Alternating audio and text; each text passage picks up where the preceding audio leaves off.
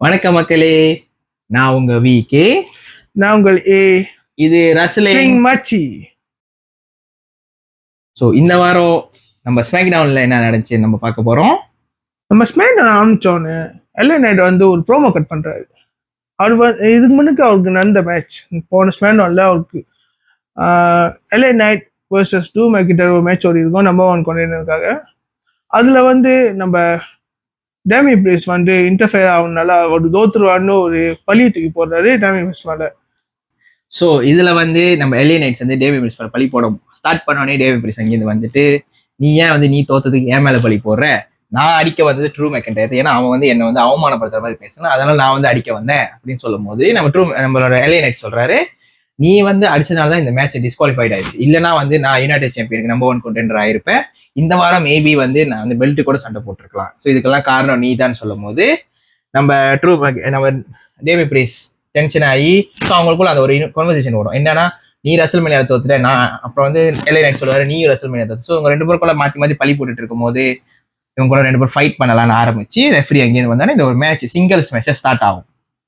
எல்ஏ Knight versus Damian Priest. இந்த match ஒரு summer match தான். ரெண்டு பேரும் அவங்க பெஸ்ட் காமிச்சாங்க. இந்த மேட்சும் ஒரு விறுவிறுப்பாக தான் போயிட்டு இருந்துச்சு.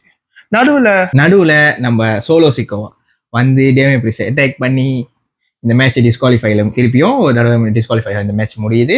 தென் அவர் போயிட்டு எல்ஏ நைட்ஸ் அட்டாக் பண்ணுவாரு. இப்போ வந்து என்ன ஆயிடுச்சா 2 vs 1 ஆயிடுச்சு. அப்போ நம்ம எல்ஏ நைட்ஸும் டேமி பிரிஸும் சேர்ந்து சோலோ சிக்கோவாவை வச்சு வெளுன்னு வெளுப்பாங்க. அவன் வெளுன்னு வெளுக்கும் போது டேபிள்ல வந்து சிக்னேச்சர் ஃபினிஷர் போட ட்ரை பண்ணும் போது நம்ம ஜேக்கப் ஃபாத்து இவங்க ரெண்டு பேர்த்தையும் அட்டாக் பண்ணி இந்த மேட்சை வந்து அவரு டோலா வந்து நிற்பாரு. தென் இந்த கான்வர்சேஷன் அப்படியே பேக் ஸ்டேஜுக்கு போது நம்ம ஜெனரல் மேனேஜர் கூட சோலோ சிக்கோவா அண்ட் ஜேக்கப் ஃபாத்து வந்து ஜெனரல் மேனேஜர்கிட்ட பேசுறாங்க. ஸோ அப்போ நிக் ஆல்டிஸ் என்ன சொல்றாருன்னா, நீங்க எப்போ பார்த்தாலும் இந்த மாதிரி டிஸ்குவாலிஃபைல எல்லாத்தையும் அட்டாக் பண்ணிக்கிட்டு இருக்கீங்க. ஸோ பேக் கிளாஷ்ல ஜேக்கப் ஃபாத்து வந்து அவரோட யுனைடெட் சாம்பியன்ஷிப்பை டிஃபைன் பண்ணோம். யார் கூடனா LA Knights versus Damian Priest versus Jacob Fatu ஒரு திருப்பதி மேட்சா இதை வந்து நடத்துறோம் அப்படின்னு முடிவு பண்ணிட்டாரு. அப்போ வந்து நம்ம சோலோ சிக்கோவா சும்மா இல்லாம எப்படி அப்படி கொடுக்க முடியும், ட்ரூ மெக்கன்டையர் தான் இந்த பெல்ட்டுக்கு வந்து ஆக்சுவலி நம்பர் 1 contender அப்படின்னு சொன்னோடனே நம்ம நிக் ஆல்டிஸ் என்ன சொல்லிட்டாரு, ஆமால உண்மைதான், ஸோ வந்து இதை வந்து திருப்பதி மேட்சா இல்லாம ஃபெதல் ஃபோவேவா ஆக்குறோம். So Damian Priest versus LA Knights versus Drew McIntyre versus Jacob Fatu for United championship. So இதெல்லாம் சொல்லி முடிச்சோடனே நம்ம ஜேக்கப் ஃபால்ட் அப்படி சொல்லிட்டு போனதுக்கு அப்புறம் நம்ம சோலோ சிக்கோவா நிக் ஆல்டிஸை பார்த்து, நீ வந்து ஜேக்கப் ஃபாத்து பெல்ட் தோக்கிறதுக்கானே நீ இதெல்லாம் பிளான் பண்ணி பண்ற அப்படின்னு சொல்லுவாரு. அப்ப நிக் ஆல்டிஸ், நான் இல்ல நீ தான் இதெல்லாம் பண்றேன்னு சொன்ன முடிச்சுட்டு போனதுக்கு அப்புறம் நம்ம சோலோ சிக்கோவா கொஞ்சம் ஜூம் பண்ணுவாங்க. அப்ப எப்படி இருந்துச்சுன்னா, இவனுக்கு உண்மை தெரிஞ்சிருச்சு, இவனுக்கு ஒரு பாயாசத்தை ரெடி பண்ணிட வேண்டியதான் அப்படின்னு இருந்துச்சு.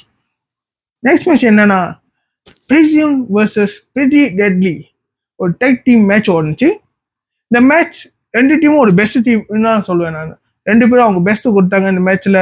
இந்த மேட்ச் நடந்துக்கிற டைம்ல ஸோ இந்த மேட்ச் வந்து ஆக்சுவலி அவர் சொன்ன மாதிரி தான் one of the best match இந்த ஸ்மாக் டவுன்ல சொல்லலாம், தி பெஸ்ட் மேட்ச்னு கூட சொல்லலாம் ஆக்சுவலி.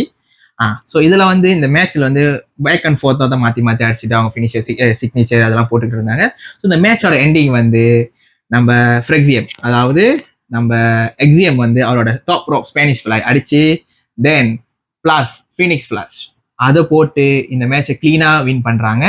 வின் பண்ணதுனால என்ன ஒரு இதுனா, இவங்க என்னதான் ஸ்மாக் டவுனுக்கு நியூ டெக் டீமா இருந்தாலும் நாங்களும் ஒரு ஆள் தானே இதுல ப்ரூஃப் பண்ணியிருக்காங்க. நெக்ஸ்ட் வந்து நம்ம நயா ஜாக்ஸ் வந்து ஒரு ப்ரோமோ கட் பண்ணாங்க. அதுல வந்து நான் ரிட்டர்ன் பண்ணதுக்கு காரணம் வந்து ஸ்டிஃபனி ஸ்ட்ராட்டன்ல இருந்து பெல்ட் எடுக்கிறதுக்கு தான். ஏன்னா ஸ்டிஃபனி ஸ்ட்ராட்டன் தான் வந்து நயா ஜாக்ஸை மணி இந்த பேங்க்ல இது பண்ணி தோக்கடிச்சு அவங்க பெல்ட்டை வந்து எடுத்தாங்க. ஸோ வந்து என்னோட பெல்ட்டுக்கு நான் திருப்பி வந்திருக்கேன், அதை நான் கண்டிப்பா எடுப்பேன் அப்படின்னு சொல்லி அவங்க ஒரு ப்ரோமோ கட் பண்ணும் போது நடுவுல நம்ம ஸ்டிஃபனி ஸ்ட்ராட்டன் நம்ம சாம்பியன் அவங்க வந்து முடிஞ்சா என்கிட்ட எடுத்துக்கோ, நான் வந்து சண்டைக்கெல்லாம் பயப்பில்லை, ஆனா நீ நினைக்கிற மாதிரி முன்ன மாதிரி நான் இல்லை, இப்ப வந்து நான் ஒரு லெஜண்ட் சார்லட் ஃபிளேர் ரசல் மேனியாலேயே தோக்கடிச்சு நான் இப்ப வந்து என்னோட லெவல் வந்து ரொம்ப அப்கிரேட் ஆயிடுச்சு அப்படின்னு வந்து அவங்க சொல்லுவாங்க. அப்ப வந்து அதுக்கப்புறம் நம்ம நவமி வந்து அவங்களும் ஒரு மேட்ச் கேட்குறாங்க, எனக்கும் அந்த மேட்ச் வேணும், எனக்கும் அந்த பெல்ட் வேணும், நம்ம இந்த மாதிரி இல்லை, இதுக்கு முன்னாடி நிறைய மேட்ச் அவங்க தோத்துருக்காங்க, நம்ம இந்த மாதிரி இல்லை, நான் இப்போ ஒரு ஈவிலா வந்திருக்கேன், நான் மோசமானவளே முக்கியமான ஆளுன்னு சொல்றாங்க. அதனால அவங்க அந்த மாதிரி சொல்லிட்டு இருக்கிறப்ப நம்ம ஜெய் காகில் வந்து நவமியை அட்டாக் பண்ண வரப்ப நவமியை ஸ்டேஜ்க்கு ஓடிடுறாங்க. ஸ்டேஜுக்கு ஓடினதுக்கப்புறம் ஜேக் காக்கிலும் அவங்கள ஃபாலோ பண்ணிட்டு ஸ்டேஜில் வந்து அவங்களே அட்டாக் பண்ணுறப்ப நம்ம நயா ஜாக்ஸ் டிஃபனியும் அவங்களும் ஸ்டேஜில் அடிச்சுக்கிறாங்க. அதுக்கப்புறம் நம்ம மேனேஜர் ஸோ நம்ம ஜெனரல் மேனேஜர் நிக் ஆல்டிஸ் வந்து நம்ம டேடி லாங் ஞாபகம் இருக்கிறதுல பழைய ஜெனரல் மேனேஜர் அவர் ஸ்டைலில் வந்து இந்த மேட்சை வந்து ஒரு டேக் டீம் மேட்ச் அது மெயின் ஈவெண்ட்னா அறிவிச்சிட்டு போறாரு. அடுத்தது என்னன்னா மிஸ் வர்சஸ் அலிஸ்டர் பிளாக். இது 1 vs 1 மேட்ச். இந்த மேட்ச் வந்து ஆஃப்டர் 5 years நம்ம அலிஸ்டர் பிளாக் நடக்கிற ஃபர்ஸ்ட் மேட்ச் WWE-ல, அதுவும் ஸ்மாக்டவுன்ல. ஓகே, இந்த மேட்சை பொறுத்த வரைக்கும் அலெக்ஸ் பிளாக்கோட ஃபர்ஸ்ட் மேட்ச்னு அவர் சொன்ன மாதிரி தான். ஸோ இந்த மேட்ச் வந்து ஃபுல்லாகவே நம்ம அலெக்ஸ் பிளாக் தான் டாமினேட் பண்ணாரு. அவரோட நீஸ், ஏன்னா அவர் மூவாத்தாய் பிளேயர்னால ஃபுல்லாக அவர் தான் டாமினேட் பண்ணாரு. ஈவன் நம்ம மிஸ் அவரோட ஃபினிஷை ட்ரை பண்ணும் போது அதை ஒரு மாதிரி வேற மாதிரி காட் வீல்ல குட்டிக்காரனை அடிச்சு ரிவர்சல் பண்ணுவாரு. அந்த எஸ் கிக் அது அடிக்கும் போது அது சும்மா சாதாரணமாகவே வாங்கிக்குவார் நெஞ்சில். ஸோ இதெல்லாம் இதுக்கப்புறம் வந்து கடைசியாக அந்த மேட்சை பிளாக் மாஸ்க் அடிச்சு நம்ம மிஸ்ஸை வந்து 1, 2, 3 க்ளீன் பண்ணி இந்த மேட்சை தேய்க்கிறாரு. அதில் அந்த மேட்ச் முடிஞ்சதுக்கு அப்புறம் நம்ம அலெக்ஸ் பிளாக் உட்காந்துருக்கும் போது நம்ம கார்மெலோ ஹைஸ் அவர் வந்து அட்டாக் பண்ண வருவார். அப்போ பார்த்துருவாரு நம்ம அலெக்ஸ் பிளாக். ஸோ இது அப்புறம் அவங்க 2 பேரும் ஃபேஸ் டு ஃபேஸ்லேயே அப்படியே நிற்பாங்க. தென் வந்து கார்மெலோ ஹைஸ் அப்படியே போயிடுவார். ஸோ இதில் என்ன தெரியுதுன்னா இதுக்கப்புறம் வந்து கார்மெலோ ஹைஸ் வர்சஸ் அலெக்ஸ் பிளாக் நடக்கலாம். இது ஒரு நல்ல மேட்ச், ஏன்னா 2 பேருமே யங் ஸ்டார்ஸ், நிறைய டெக்னீஷியன்ஸ். ஸோ இந்த மேட்ச் வந்து செம்மையா இருக்கும்னு நான் நினைக்கிறேன் இன் ஃபியூச்சர்ல. அடுத்தது என்னன்னா நம்ம piper Nivin versus Jelina Vegas. Okay, இதுல வந்து நம்ம ஜெலினா வேகஸ் தான் சாம்பியன், உங்களுக்கு தெரியும், women's United states champion. So இந்த மேட்ச் வந்து piper Nivin versus Jelina Vegas. இது வந்து ஆக்சுவலி வந்து இதுல வந்து பைப்பர் நிவின் தேய்ச்சிருந்தாங்கன்னா அவங்க வந்து ஒரு நம்பர் 1 கண்டெண்டராக இருப்பாங்க. ஆனால் அப்படி எதுவுமே நடக்கல. இந்த மேட்ச் ஃபுல்லாகவே வந்து மாற்றி சண்டை போட்டுருந்தாங்க. நம்ம பைப்பர் நிவின் வந்து அவங்க பவர் அவங்க தெரியும். ஸோ அதனால வந்து ஜெலினா வேகஸ் ரொம்பவே டொமினேட் பண்ணாங்க. ஜெலினா வேகஸும் எத்தனையோ தடவை அவங்களோட ஃபினிஷர் கோட் ரேட்டை அடிக்க ட்ரை பண்ணி ஒன்றுமே முடியல. இந்த மேட்ச் வந்து கடைசியா நம்ம செல்சி கிரீன் டிஸ்ட்ராக்ஷனால நம்ம ஜெலினா வேகஸ் பைப்பர் நிவினை ரோல் அப்பிங் பண்ணி 1, 2, 3 அடிச்சுட்டு இந்த மேட்சை தேய்ச்சிட்டு நம்ம பெல்ட்டோட ஓடிட்டாங்க. அடுத்தது என்னன்னா நம்ம ரேண்டி ஒர்டன் வந்து ஒரு ப்ரோமோ கட் பண்றாரு. அது வந்ததுக்கு அப்புறம் விளக்க போலதான் நம்ம ஜான் சீனாவை திட்ட ஆரம்பிக்கிறாரு.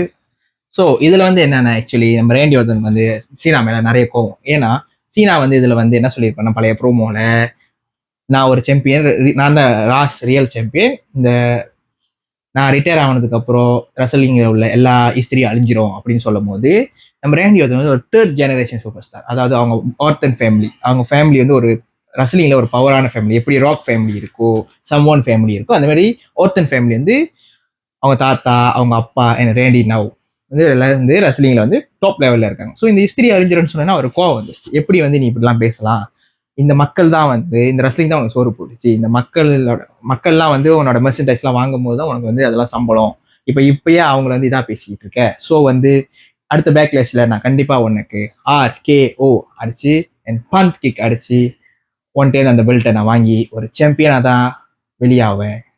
ஏன்னா ஜான் சீனா இப்போ ஒரு லெஜண்ட். இந்த லெஜண்ட் அழிக்கிறதுல நம்ம ரேண்டி ஒர்டன் தான் ஒரு ஸ்பெஷலிஸ்டே. ஏன்னா ஒரு லெஜண்ட் கில்லர். அதுக்கப்புறம் நம்ம ரேண்டி ஒர்டன் பேக் ஸ்டேஜ்ல நடந்து போயிட்டு இருக்கிறப்ப நம்ம ஆர்ட்வுட் வந்து நீ எப்படி நம்ம ஜான் சீனா பத்தி இப்படிதான் பேசலாம், நீ எவ்வளவுதான் அவன் கூட பேக்லாஷ்ல சண்டை போட்டாலும் நீ அவனை தோக்கடிக்க முடியாது, நம்ம ஜான் சீனா வந்து உன்னை ஈஸியா பீட் பண்ணிடுவான், ஏன்னா அவன் என்னோட சைல்ட்ஹுட் ஹீரோன்னு சொல்றாரு. அதுக்கப்புறம் நம்ம ஜிம்மி யூசோ வந்து ஸோ இதில் வந்து ஜிம்மி யூஸ் வந்து ஆர்த்தர் சொல்ல, நீ இப்பெல்லாம் பேசாத, ரேண்டி ஒருத்தர் சொல்லுவாரு, இதெல்லாம் நீ கண்டிக்காத, நீ போ அப்படின்னு சொல்லிட்டு ஆர்த்தர் வந்து நீ ஏன் இப்பெல்லாம் பேசுற அப்படின்னு கேட்கும்போது ஆர்த்தர் சொல்லுவாரு, ஜான் சீனா என்கிட்ட சொன்னா கண்டிப்பா தேய்ச்சிருவான் அப்படின்னு சொல்லிட்டு அவர் போயிடுவாரு. இதுல வந்து என்ன ஒரு தியோரி என்ன நான் யோசிச்சேன்னா, நம்ம ஆர்த்தர் வந்து ஹீலா மாதிரி சீனா கூட சேர்ந்துருவாரு. இந்த பேக்லாஷ்ல மேபி அவரோட இன்ஃப்ளூயன்ஸ் இருக்கும்னு நினைக்கிறேன். லாஸ்ட் டைம் வந்து ரசல்மேல நம்ம டிராவிஸ் வந்த மாதிரி இதுல வந்து ஆர்த்தர் வந்து டிஸ்ட்ராக்ஷனா வந்து சீனா தேய்க்க ரிட்டைன் பண்ண நிறைய வாய்ப்பு இருக்கு. இன்னொரு விஷயம் வந்து முன்ன நீங்க பாத்தீங்கன்னா நம்ம ஆர்த்தர் வந்து லிட்டில் ஜிம்மின்னு ஒரு இமேஜினேஷன் கேரக்டர் வச்சு சுத்திட்டு இருப்பாரு. ஸோ மேபி அந்த ஜிம்மி வந்து நம்ம ஜிம்மி உசோவா இருக்கலாம், பிக் ஜிம்மி அந்த மாதிரி ஆகலாம், யாருக்கு தெரியும். Let's wait and watch.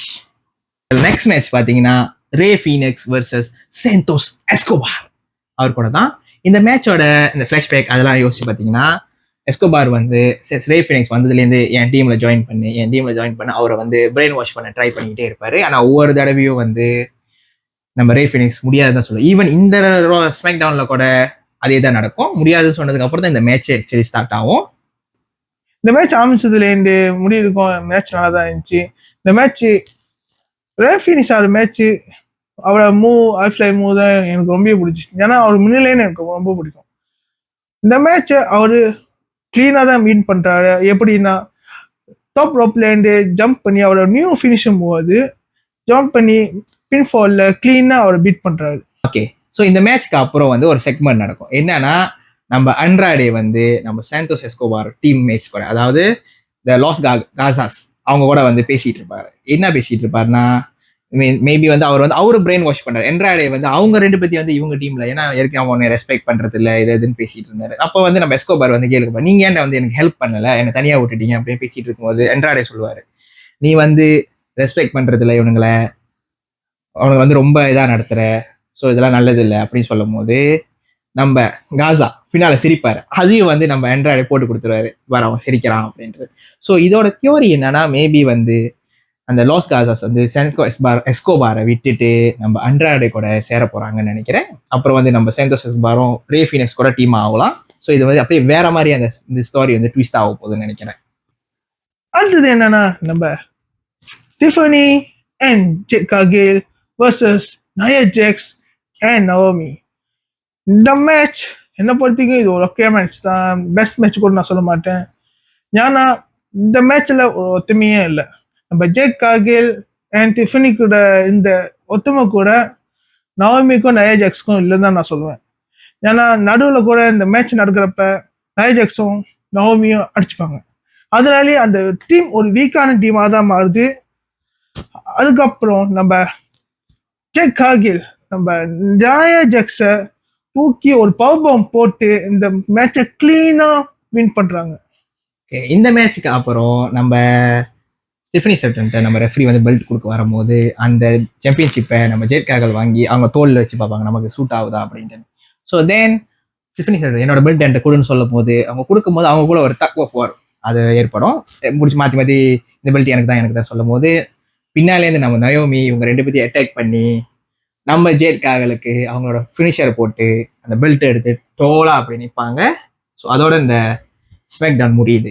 So என்னை பொறுத்த வரைக்கும் மேபி நெக்ஸ்ட் வீக்கு வரும்போதோ இல்லை ஒரேடியாக பேக் கிளாஷ்லையோ இந்த மேட்சுக்கும் இந்த பெல்ட்டுக்கும் ஃபெதர் ஃபோவே வரலாம். Who knows? So let's wait and watch.